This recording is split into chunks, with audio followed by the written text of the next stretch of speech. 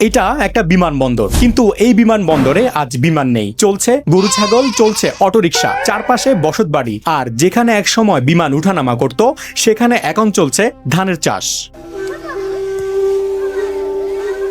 আপনি জানেন কি, চট্টগ্রামে এমন একটি বিমান ঘাঁটি আছে যে বিমান ঘাঁটিটির কথা বাংলাদেশের 90% মানুষই জানে না। আর অবাক করার বিষয় হলো, এই বিমান ঘাঁটিটির কথা বাংলাদেশের খুব কম মানুষই জানেন। প্রায় 80 বছর আগে দ্বিতীয় বিশ্বযুদ্ধের সময় এই জায়গাটি ছিল একটি সামরিক বিমান ঘাঁটি। কিন্তু কেন এখানে বিমান ঘাঁটিটি তৈরি করা হয়েছিল আর একটা আস্ত বিমান ঘাঁটি কোথায় হারিয়ে গেল, চলুন খুঁজে দেখি।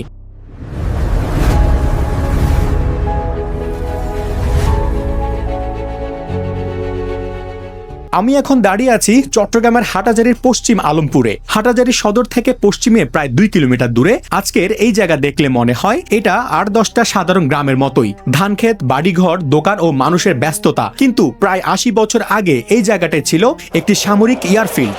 গল্পটা বুঝতে হলে আমাদের ফিরে যেতে হবে দ্বিতীয় বিশ্বযুদ্ধের সময়। তখন জাপানি বাহিনী এগিয়ে যাচ্ছিল বার্মার দিকে, বর্তমান মিয়ানমার। বার্মা ফ্রন্ট তখন হয়ে উঠেছিল যুদ্ধের গুরুত্বপূর্ণ একটি অঞ্চল, আর চট্টগ্রাম ছিল মিত্র বাহিনীর জন্য গুরুত্বপূর্ণ একটি বন্দর ও সরবরাহ কেন্দ্র। চট্টগ্রাম বন্দর দিয়ে যুদ্ধের জন্য আসতো অস্ত্র, গোলাবারুদ, জ্বালানি এবং বিভিন্ন সামরিক সরঞ্জাম। এসব সরবরাহ যুদ্ধক্ষেত্রে পৌঁছে দিতে আকাশপথও গুরুত্বপূর্ণ হয়ে ওঠে। আর সেই যুদ্ধকালীন প্রয়োজনেই হাটহাজারী পশ্চিম আলমপুরে তৈরি করা হয়েছিল এই সামরিক এয়ারফিল্ড।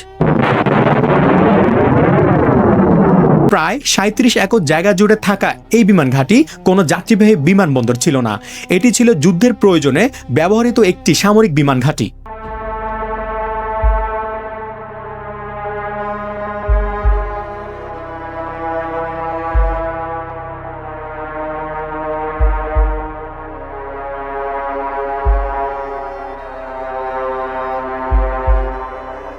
আমি অবাক হয়ে যাচ্ছি, এত বড় একটি ইতিহাস এইভাবে হারিয়ে যাচ্ছে।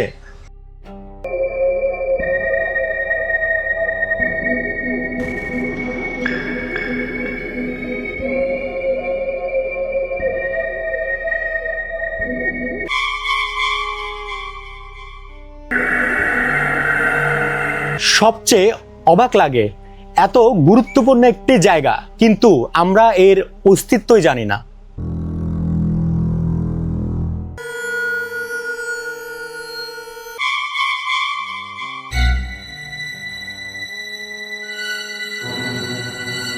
এটি কোনো সিনেমার সেট নয়, এটি হলো দ্বিতীয় বিশ্বযুদ্ধের বিমান ঘাঁটির প্রশাসনিক ভবন।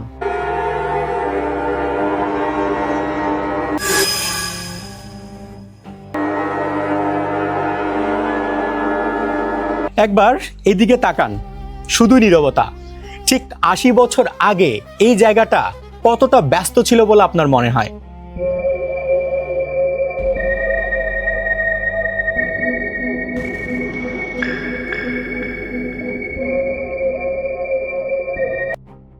এক সময় এই এলাকায় ছিল রানওয়ে, বিমান উঠানামা করত, যুদ্ধের প্রয়োজন অনুযায়ী চলতো সামরিক কার্যক্রম।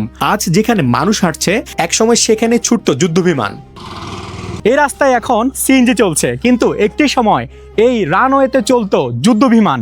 এখান থেকেই বার্মাতে উড়ে যেত জাপানের সেই গোলাবারুদওয়ালা যুদ্ধ বিমানগুলো। সময় বদলেছে পুরো জায়গাটাও। বিমান ঘাঁটির ব্যবহারও এক সময় বন্ধ হয়ে গেছে, তারপরও ধীরে ধীরে রানওয়ের জায়গা হারিয়ে যেতে থাকে। এই মুহূর্তে আমি যেখানে বসে আছি, এটা হলো রানওয়ের যে একটা বাঁধ, ঠিক একটু উঁচা শেপের, যেন রানওয়েটি ভেঙে না যায়।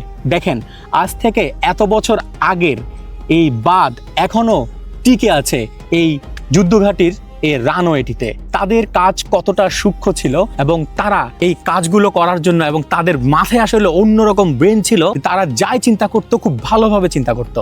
তারা চিন্তা করতো এই তাদের বানানো জিনিসগুলো আজ থেকে শত শত বছর যেন টিকে থাকে। কোথাও রাস্তা হয়েছে, কোথাও কৃষি জমি, কোথাও তৈরি হয়েছে বসতবাড়ি। এক সময়ের বিমান ঘাঁটিটি ধীরে ধীরে মিশে গেছে মানুষের স্বাভাবিক জীবনের সঙ্গে। আমি এখন যে জায়গাটিতে দাঁড়িয়ে আছি, এই জায়গাটিতে একটি সময় যুদ্ধ বিমানের পার্কিং স্থান ছিল। আপনারা দেখছেন আমার পিছনে একটি লম্বা লাইন, এটি ছিল যুদ্ধ বিমানের পার্কিং, অর্থাৎ বিমানগুলো ঠিক এখানে দাঁড়াতো।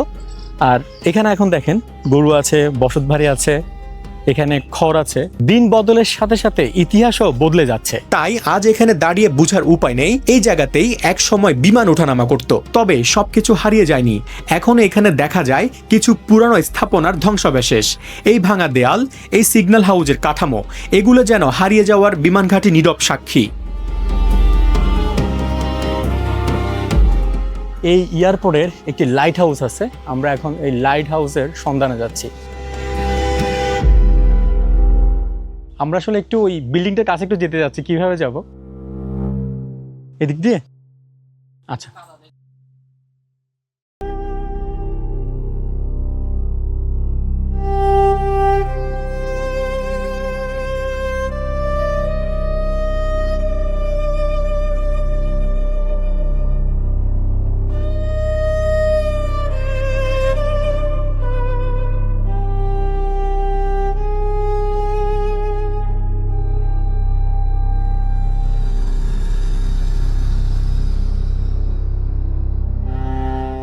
এটি হলো লাইট হাউস।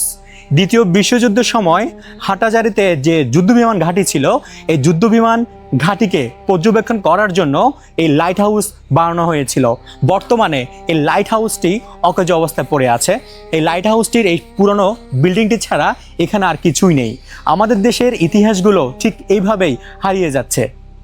আজ এখানে সামরিক কোনো ব্যস্ততা নেই, আছে শুধু সময়ের ছাপ। কিন্তু একটা বিষয় আমাকে সবচেয়ে বেশি ভাবায়, এই এলাকায় কোনো সাইনবোর্ড নেই, নেই কোনো স্মৃতিফলক, নেই কোনো তথ্য যেখান থেকে একজন পথচারী জানতে পারবেন এখানে কি হয়েছিল। ফলে প্রতিদিন এই রাস্তা দিয়ে যাওয়া মানুষজন, এমনকি এই এলাকার স্কুলের শিশুরাও জানতেই পারছে না তাদের চারপাশে কি লুকিয়ে আছে। একজন নতুন মানুষ এখানে এলে তো বুঝার উপায় নেই এই সাধারণ জায়গাটাই ছিল একটি সামরিক বিমান ঘাঁটি। আর এইভাবেই একটি গুরুত্বপূর্ণ ইতিহাস ধীরে ধীরে মানুষের স্মৃতি থেকে হারিয়ে যাচ্ছে। এই ইতিহাস রক্ষা করতে হয়তো বিশাল কোনো স্থাপনার প্রয়োজন নেই। প্রথমে দরকার একটি তথ্য ফলক, জানানো দরকার এখানে কি ছিল, কেন হয়েছিল, দ্বিতীয় বিশ্বযুদ্ধে এর ভূমিকা কি ছিল। যে পুরনো স্থাপনাগুলো এখনো টিকে আছে সেগুলো নথিভুক্ত ও সংরক্ষণ করা দরকার। কারণ ইতিহাস সংরক্ষণ মানে শুধু পুরনো দেয়াল বাঁচিয়ে রাখা নয়, বাঁচিয়ে রাখা একটি সময়, একটি গল্প এবং নতুন প্রজন্মের জানার অধিকার। আজ এখানে বিমান নেই, আছে গরু ছাগল, অটোরিকশা, ধানক্ষেত আর মানুষের বসতবাড়ি। প্রায় ৮০ বছর আগে এই আকাশে উঠত যুদ্ধের বিমান। সময় বিমান ঘাঁটিটিকে বদলে দিয়েছে, কিন্তু ইতিহাসকে যেন আমরা হারিয়ে না ফেলি। কারণ ইতিহাস হারিয়ে যায় না, আমরা ইতিহাসকে ভুলে যাই। আমি মোহাম্মদ জুবেল, আপনারা দেখছেন চিলেকোঠা। এমন জানা অজানা ইতিহাসের গল্প দেখতে ও শুনতে চাইলে চ্যানেলটি সাবস্ক্রাইব করে পাশে থাকুন। আপনাদের একটি সাবস্ক্রাইব আমাকে আরও নতুন নতুন গল্প খুঁজে বের করতে এবং ভিডিও বানাতে উৎসাহিত করবে। আজকের ভিডিও এতটুকু। আবার দেখা হবে বাংলাদেশের নতুন কোনো ইতিহাসের সাথে, কিংবা হারিয়ে যাওয়া কোনো ইতিহাসের গল্প নিয়ে। ধন্যবাদ।